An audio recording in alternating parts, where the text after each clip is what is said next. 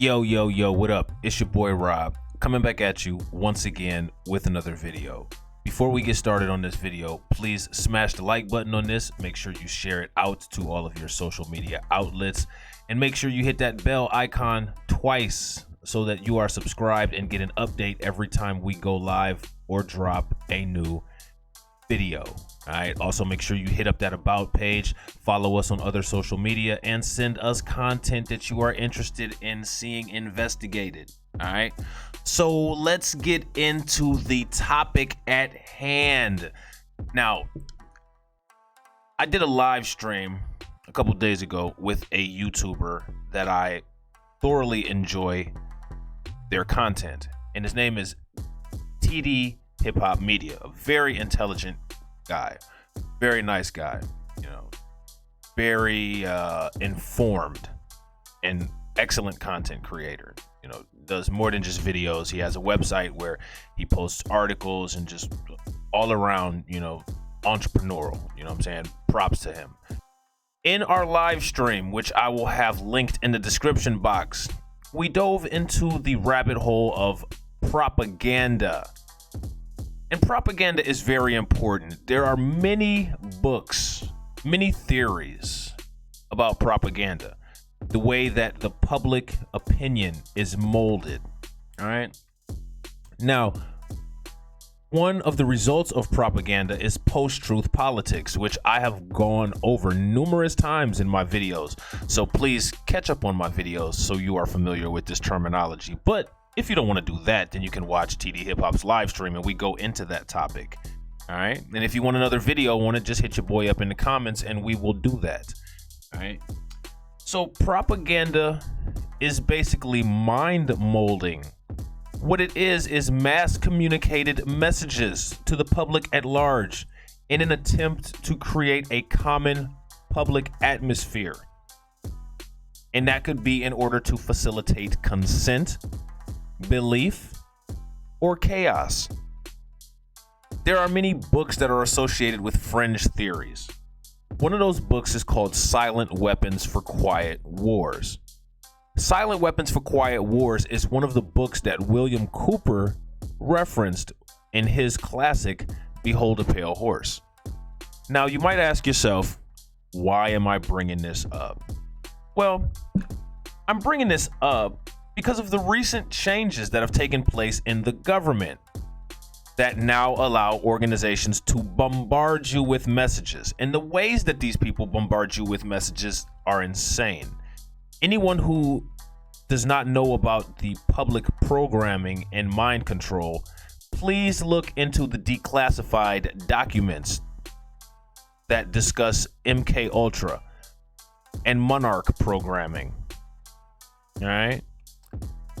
Those are evidence that as early as the 50s, the government has been doing mind control, not only on the military, but also on the public. If you ever wonder why certain things happen, subliminal messages, why you associate certain events with certain images, it's about symbols. It's about symbolism. When it comes to the discussion about the way people are pandered to, the way that things are emphasized to people, a lot of times you'll hear the phrase, "Don't fall for the symbolism."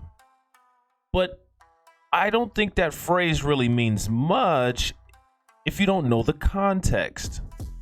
So let's get into it. Like I said before, I used to do a lot of content on Periscope, which is mainly live streaming. And I met some people on Periscope. And one of the people that I met on Periscope was a gentleman named Jay Boogie. And he introduced me to the book Propaganda. And the book Propaganda is by a man named Edward Bernays. Okay. Now, we're not going to read that book because that would take forever. But what we are going to do is we're going to go to the Wikipedia and we're going to read a couple highlighted parts so that you understand what it was that Edward Bernays said about propaganda. And what I want you to do is just sit back, relax, and listen, and think about if you've heard any of these concepts in conspiracy theories, on the news, people that you listen to talking about these things, and ask yourself, if you hear a repetition of this, is there an actual ringing of truth when it comes to some of these concepts? All right. So let's dive in. All right. So here it says Propaganda is an influential book written by Edward L. Bernays in 1928, and it incorporated the literature from social science and psychological manipulation into an examination of the techniques of public communication. Bernays wrote the book in response to the success of some of his earlier works, such as Crystallizing Public Opinion and A Public Relations Council. Propaganda explored the psychology behind manipulating the masses and the ability to use symbolic action and propaganda to influence politics, affect social change, and lobby for gender and racial equality. Now, these things were being talked about here in 1923, and now it's 2020. Well, in a couple hours it'll be, actually in a couple minutes it'll be 2021. Happy early new year to everybody. All right. So it says Walter Lippmann was Bernays' unacknowledged American mentor, and his work, The Phantom Public, greatly influenced the ideas expressed in Propaganda a year later. The work propelled Bernays into media historians' view as the father of public relations. Now, a synopsis of the book says that chapters 1 through 6 address the complex relationship between human psychology, democracy, and corporations. You need to understand what a corporation is and how important corporations are to the fabric of this made-up, paper, economic, illusionary, socio-economic American system that we live in. This is key to your foundational understanding of how to manipulate and move through the chessboard. It's basically getting the understanding of there is no spoon. Not red pill, blue pill. There is no spoon. Feel me? All right. So now, here it says Bernays' thesis is that invisible people who create knowledge and propaganda rule over the masses. Now, who are these shadowy people? Some people say that there's a shadow government. Some people say the elites. Other people say the bankers. Other people say the government. But all these theories say that there is a body of common knowledge, secret societies, who create knowledge. Now, how do you create knowledge? You pick out what aspects you want people to know, and propaganda to rule over the masses, because once you have hacked the mind, then you control the body. All right. Now, with a monopoly on the power to shape thoughts, values, and citizen response, engineering consent of the masses would be vital for the survival of democracy. Bernays explains, the conscious and intelligent manipulation of the organized habits and opinions of these masses is an important element in democratic society. Those who manipulate this unseen mechanism of society constitute as an invisible government, which is the true ruling power of our country. If you remember, there was a time when Vladimir Putin met President Trump, and he said, I met the president. Then I met the men who really run the United States. Was Putin just trolling? Kind of hard to say Putin was just trolling when he's saying what quote unquote conspiracy theorists have said for years. All right. Now here it says we are governed, our minds are molded, our tastes are formed, our ideas suggested largely by men we have never heard of. All right. But we've heard of their ideas, but we have no idea who these people are.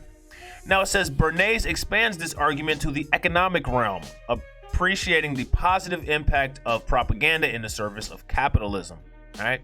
A single factory, potentially capable of supplying a whole continent with its particular product, cannot afford to wait until the public asks for its product. It must maintain constant touch through advertising and propaganda with vast public in order to assure itself the continuous demand, which alone will make it costly plant profitable.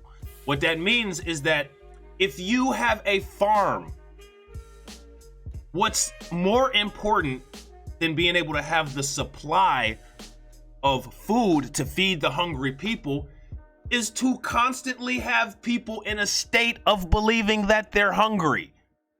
Because if you program people to believe that they're hungry, then the demand is automatic. So they're programming an automatic demand. We have a current global situation that's going on right now, and there is programming running 24/7. It makes people believe that they need a certain thing, and that thing is being done live on camera by a lot of, quote, important people. Creating demand. You create the illusion of need to control demand. And as long as you have a supply for that demand, and you give that supply the illusion of being limited, the natural laws of economics and free market automatically work like a machine, and you've just created a constant cash flow. You see how that works? Bernays places great importance on the ability of a propaganda producer, as he views himself, to unlock the motives behind an individual's desires, not simply the reason an individual might offer, he argues. Man's thoughts and actions are compensatory substitutes for desires which he has been obliged to suppress. Bernays suggests that propaganda may become increasingly effective and influential through the discovery of audiences' hidden motives. He asserts that the emotional response inherently present in propaganda limits the audience's choices by creating a binary mentality, which can result in quicker, more enthused responses. So again, if you go back and listen to the live stream, I talk about that scene in The Matrix where they have the electrodes on Morpheus's head, and they say that we're hacking his brain. Once your brain is hacked and your emotional center is tapped, you can then be controlled. If you create fear, fear is an emotion. People need to not be scared. The innate human response of fight or flight will make it so that someone will call an equilibrium to that fear response. If people fear they're threatened, they're going to get guns to make sure that they have a way to counter the threat. If people feel like they're going to get sick, then they're going to take measures to not get sick. But it's the idea that these possibilities exist that create the emotional response, that create the automatic desire or the automatic programmed need. And that's what is being done to the public on many levels.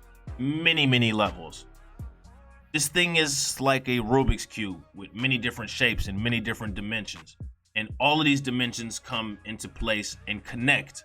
However, they operate autonomously and all drive for the same common good. And that's to own the brains, own the minds, and own the thoughts of every single person on the planet. When it comes to ownership of thought and emotion, the people who want this don't discriminate. All right? So now it says he asserts that the emotional response inherently present in propaganda limits the audience's choices by creating a binary mentality. That's a yes, no, 1, 0, plus, minus, male, female. All right? Plug, outlet. You know what I mean? Which can result in quicker, more enthusiastic responses. The final 5 chapters largely reiterate the concepts voiced earlier in the book and provide case studies for how to use propaganda effectively to advance women's rights. We have the F word, education, and social services. All right. So here it goes on to say, Olson argues that Bernays' skill with language allowed terms such as education to subtly replace darker concepts such as indoctrination. Finally, Olson criticizes Bernays for advocating psychic ease for the average person to have no burden to answer for his or her own actions in the face of powerful messages. And if you listen, that's a theme that's repeated not only in Silent Weapons for Quiet Wars, but also in Behold a Pale Horse by William Cooper. All right. So now here it says, in this way, the presence of an elite, faceless persuasion constituted the only plausible way to prevent authoritarian control is by them being in control of your brain themselves to guide your actions. All right. Subliminal messaging. I'm saying, like, all of this stuff is real. Now, you might ask yourself, well, why do I bring up propaganda? Again, referencing the live stream that was done on TD Hip Hop Media's video. We brought up the Smith-Mundt Act, right? And the Smith-Mundt Act allows an outpour of propaganda to American people, all right? And that outpour of propaganda is explained in detail here, all right? And this is smithmundt.com, all right? And this is where they confront propaganda.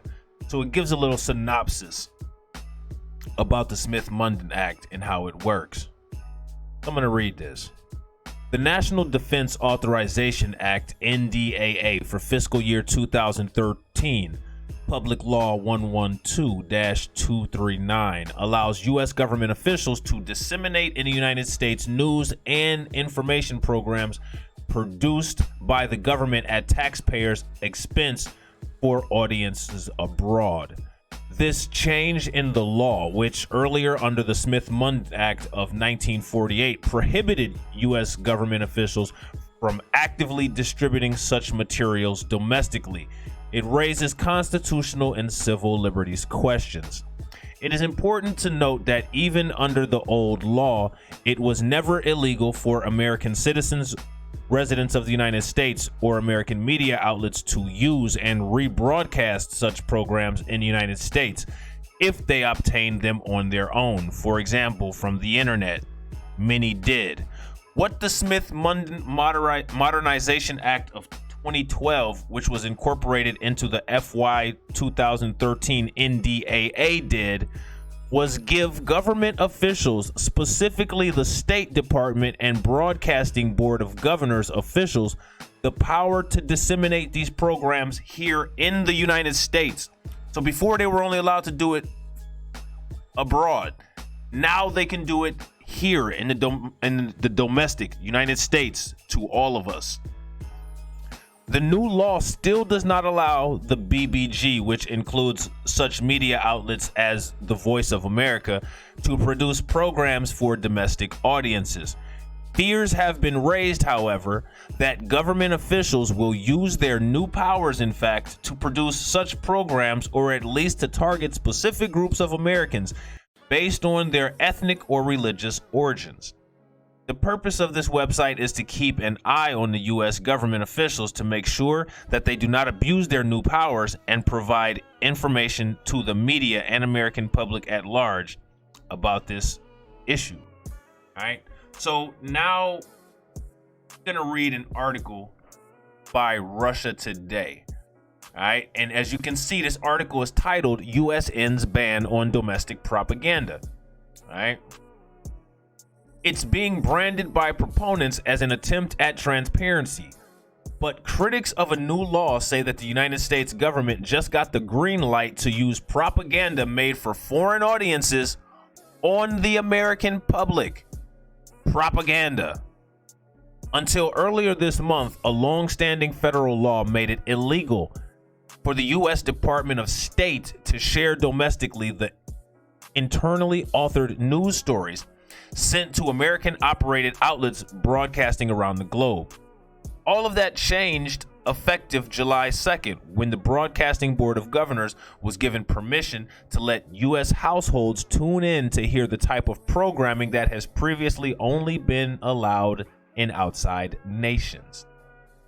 The BBG is the independent government agency that broadcasts Voices of America, Radio Free Europe, and other networks created to inform, engage, and connect people around the world in support of freedom and democracy. And a new law allows the agency to provide members of the American public with program materials originally meant to be disseminated abroad. The Smith-Mundt Act has ensured for decades that government-made media intended for foreign audiences does not end up on radio networks or broadcast within the United States. An amendment tagged onto the National Defense Authorization Act removed that prohibition this year. However, and as earlier this month, those news stories meant for nations abroad can now be heard easily by American ears. You are now open. The floodgates are open for you to be propagandized. All right. Now, here it says in 1972, Arkansas Senator J. William Fulbright equated those government stories with propaganda when he said they should be given the opportunity to take their rightful place in the graveyard of Cold War relics. A couple of current lawmakers were singing a different tune when they proposed the Smith-Mundt Modernization Act of 2012 last year, though, which became official just 2 weeks ago. And again, this is 2 weeks from July 15th of 2013. All right. So now here it says when Reps Mac Thornberry and Adam Smith introduced their changes last year, they said the bill would modify a Cold War era law that hampers diplomatic, defense, and other agencies' abilities to communicate in the 21st century. This is what they said. Amid much debate, however, their argument quickly became one that focused less on ensuring Uncle Sam has his say within the media and more of making sure a taxpayer-funded program became available to those footing the costs. Effective, strategic, and whoever that was, let me just see real quick. Thank you, Gambit381, for subscribing to Blacklight Revelations. We very much appreciate that. Thank you, Nafula35740, also for your subscription. We appreciate that. And I encourage everybody else who is in here to smash that like button and also make sure that you hit that bell icon twice for notification. All right. So amid much debate, however, so we were already there. Effective strategic communication and public diplomacy should be front and center as we work to roll back Al-Qaeda and other violent extremist influence among disaffected populations, Representative Smith wrote in May 2012 in support of his bill. An essential part of our efforts must be a coordinated, comprehensive, adequately resourced plan to counter their radical messages and undermine their recruitment abilities. To do this, Smith-Mundt Act must be updated to bolster our strategic communications and public diplomacy capacity on all fronts and mediums, especially online. All right. So now here it says, but a BuzzFeed article published days later by the late journalist Michael Hastings opened a can of worms on Smith and Thornberry, and the lawmakers were forced to quickly diffuse critics who said their bill made it so that the government could effectively propagandize its own public. On his part, Thornberry told the Foreign Policy that BuzzFeed article and subsequent blowback was one level of sloppiness on top of another, caused by an uninformed Hastings story being hijacked by pundits from other publications, who were all the more ignorant. And once something sensational gets out there, it just spreads like wildfire, said Thornberry. Yeah, like propaganda. The idea is that the State Department could be so effective as to impact domestic politics is just silly. So they want you to believe. All right. Thornberry told Foreign Policy last year, this gives Americans the chance to see what the State Department is saying to people all over the world. Yeah, and it also gives Americans the chance to be bombarded with those exact same messages that people are being bombarded with all over the world. Weighing in to Foreign Policy 1 year later, BBG spokeswoman Lynn Wheel said the maneuver is nothing more than to show Americans how their money is being spent abroad. Now Americans will be able to know more about what they are paying for with their tax dollars. Greatest transparency is a win-win for all involved, she said.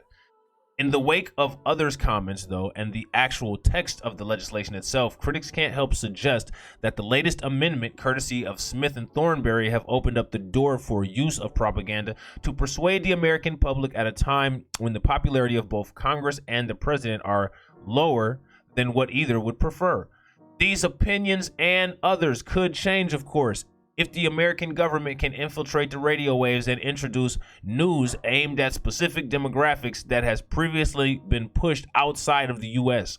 The statement from Smith and Thornberry last year suggested that the Cold War era legislation previously prevented a Minneapolis, Minnesota-based radio station with a large Somali American audience from broadcasting a piece produced by the BBG's Voice of America that rebutted efforts from Somalia's al-Shabaab extremist groups to recruit members within the U.S. Even after the community was targeted for recruitment by al-Shabaab and other extremists, government lawyers refused to replay the request, noting that Mundt tied their hands, wrote the lawmakers. Somalis have three options for news, a former U.S. government source with connection to the BBG told Foreign Policy. The source added that those three options are word of mouth, al-Shabaab, or VOA Somalia. Those people can get al-Shabaab, they can get Russia Today, but they couldn't get access to their taxpayer-funded news sources like VOA Somalia. The source said it was silly. Previously, the legislation had the effect of clouding and hiding this stuff, the source says. Now we'll have a better sense. Gee, some of this stuff is really good, or gee, some of this stuff is really bad. At least we'll know. According to a document from the Office of the Federal Register published this week by Cryptomi, the Smith-Thornberry Act does not require or prompt the public to take any action. Rather, it functions to relieve the prohibition that prevented the agency from responding to requests for program materials from the U.S. public, U.S. media, or other U.S. organizations. All right. So now here it says this rule benefits the public, media, and other organizations by allowing them to request and access BBG program materials, which previously could not be disseminated within the U.S., it reads. The rule applies only to media published by the State Department and does not involve any initiatives created or funded through the Pentagon. All right. So basically, the Smith-Mundt Act allows U.S. paid U.S. homegrown, homemade propaganda that was meant for overseas distribution to now also be distributed domestically, right into your house.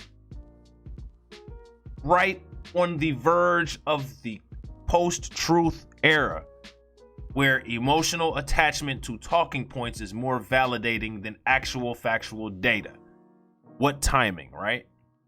We also have current global situations like a economic war between the United States and China, and we have a global disease process that has many people fearful for their lives and well-being. And right at the time of all of these events taking place, we also have a climate of divide in the country. And now the floodgates are open for propaganda to flow. All right. So next we have the NDAA of 2013. Congress approves domestic deceptive propaganda. All right. Reauthorizing the indefinite detention of U.S. citizens without charge might be the scariest provision in next year's defense spending bill, but it certainly isn't the only one worth worrying about. An amendment tagged on the National Defense Authorization Act for fiscal year 2013 would allow the United States government to create and distribute pro-American propaganda within the country's own borders under the alleged purpose of putting Al-Qaeda's attempts at persuading the world against Western ideals on ice. All right. Former U.S. representatives went out of their way to ensure their citizens that they'd be excluded from the government-created media blast. But two lawmakers currently serving the country are looking to change all of that. Congressman Mac Thornberry and Adam Smith introduced the Smith-Mundt Modernization Act of 2012 last week during their discussions for the NDAA 2013. It was voted on by the U.S. House of Representatives to be included in next year's defense spending bill, which was then voted on as a whole and approved. The amendment updates and the antiquated Smith-Mundt Act of 1948 and Foreign Relations Authorization Act of 1987, essentially clarifying that the U.S. State Department and the Broadcasting Board of Governors may prepare, disseminate, and use public diplomacy information abroad, but while also striking down a long-lasting ban on the domestic dissemination in America. Now, all of the propaganda that is being blasted overseas can be blasted and broadcasted right here in your own home here in the United States. All right. So now here it says, for the last several decades, the federal government has been authorized to use such tactics as overseas to influence foreign support of America's wars abroad, but has been barred from such strategies within the United States. If next year's NDAA clears the U.S. Senate and is signed by President Obama with the Thornberry-Smith provision intact, then the restrictions on propaganda being force-fed to Americans would be rolled back entirely. All right. Both Congressman Thornberry and Smith say that the amendment isn't being pushed to allow for domestic distribution of propaganda, but the actual text of the provision outlines that if approved by the Senate and signed by President Barack Obama, that very well that could be the case. We continue to face a multitude of threats, and we need to be able to counter them in a multitude of ways. Communication is among the most important, Representative Thornberry explains in his initial press release on the bill. This outdated law ties the hands of America's diplomatic officials, military, and others by inhibiting our ability to effectively communicate in a credible and transparent way. Congress has a responsibility to fix the situation. On his part, Representative Smith says that Al-Qaeda is infiltrating the internet in order to drive an anti-American sentiment ablaze. If the amendment he co-sponsors is passed, the U.S. government would be able to fight fire with fire. While the Smith-Mundt Act of 1948 was developed to counter communism during the Cold War, it is outdated for the conflicts of today, Representative Smith says in his official statement. Effective strategic communication and public diplomacy should be front and center as we work to roll back Al-Qaeda's and other violent extremist influence among disaffected populations. An essential part of our efforts must be a coordinated, comprehensive, adequately resourced plan to counter their radical messages and undermine their recruitment abilities. To do this, Smith-Mundt must be updated to bolster our strategic communications and public diplomacy capacity on all fronts and mediums, especially online. Now here it says, does that mean the anti-Nazi and damning communism adverts that were a hallmark of America during the Second War and Cold War respectively will be updated to outrage Americans against the country's alleged enemies? Absolutely, that's what that means. If it isn't ruled out, for sure. Both Congressman Thornberry and Smith have tried to dull the American public's quickly surmounting outrage by saying that the act won't be used for brainwashing purposes. And again, I'd take you back to Edward Bernays. But by letting Uncle Sam's propaganda spewing communication machine have a free roam on the web and elsewhere, it would be absolutely allowed. Clearly, there are ways to modernize for the information age without wiping out the distinction between domestic and foreign audiences. All right. Michael Shank of the Institute for Economics and Peace in Washington tells BuzzFeed, who broke the news of the amendment, that Reps Adam Smith and Mac Thornberry want to roll back protections put in place by previously serving senators who, in their own wisdom, ensured limits to taxpayer-funded propaganda promulgated by the U.S. government. It's discouraging and dangerous. Responding to the quickly escalating backlash, Representative Smith attacked allegations that he is encouraging pro-American propaganda on U.S. soil. This amendment is intended to ensure that the U.S. government can get factual information out in a timely manner to counter extremist misinformation and propaganda. He wrote in a follow-up statement, "It does not and is not in any way intended to legalize the use of propaganda on American audiences. and in fact specifically ensures that the content to be rebroadcast or republished domestically by the Department of State and Broadcasting Board of Governors shall not influence public opinion in the U.S. It clearly states no funds authorized to be appropriated to the State Department or BBG for any activity that shall be used to influence public opinion. Regardless of his or Mr. Thornberry's intentions, the text of the legislation speaks for itself. Representative Smith contributed to this year's NDAA with another provision submitted with co-author Congressman Justin Amish. With that amendment, the two lawmakers proposed that the U.S. military would be stripped of their power to indefinitely detain U.S. citizens without charge, a right granted to them under last year's defense spending bill. Wow. Unlike the amendment Representative Smith introduced with Thornberry, the House shot down that proposal. All right. So I hope at this point you now have an understanding of what propaganda is and what the Smith-Mundt Act allows to be done with propaganda in the United States. All right. So now here's a couple quick facts about the Smith-Mundt Act. All right. Now, it says the U.S. Agency for Global Media and the media organizations that it supports can now make their content available in broadcast quality upon request within the United States. All right. Can the U.S. AGM focus its broadcasting on the United States? No, there has been no change to the agency's enabling statute. U.S. International Broadcasting Act of 1994, which authorizes the agency to create programs for foreign audience. The agency is not authorized to begin broadcasting or create programming for audiences in the United States. All right, so now here it says, so what does the new law allow that wasn't allowed before? And this right here, this is the key part. The new legislation eases Smith-Mundt restrictions and allows the agency and its broadcasters to respond positively to requests from within the United States for their content. All right, so that's important. It's very, very important. Okay, because now legally you can be propagandized by the government and it's just okay. All right, so now here is the actual Smith-Mundt Act, and the link for all of this will be in the description. All right, so you will be able to read all of this if you wish.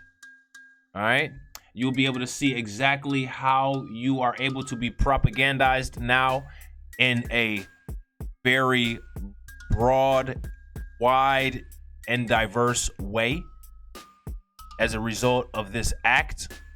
All right. And you can reference the video that was done with me and TD Hip Hop. All right.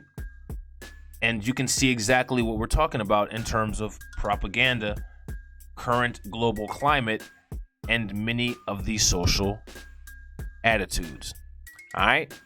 So, with that being said, I think that brings us to the end of this video. If you made it all the way through, we appreciate you. Please make sure you smash that like button, share this out to all of your social media outlets. Make sure you share this to your Messenger and Instagram and Snapchat groups.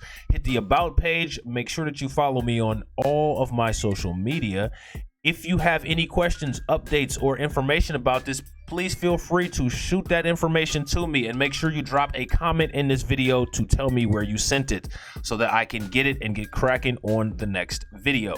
All the new subscribers who subscribed during the making of this video, you are very much appreciated. I encourage everybody to subscribe, tell all your friends about this content, and we will catch you on the next video. And Happy New Year's to everybody watching, because it is now the first day of 2021. All right. So with that being said, I'm out. Peace.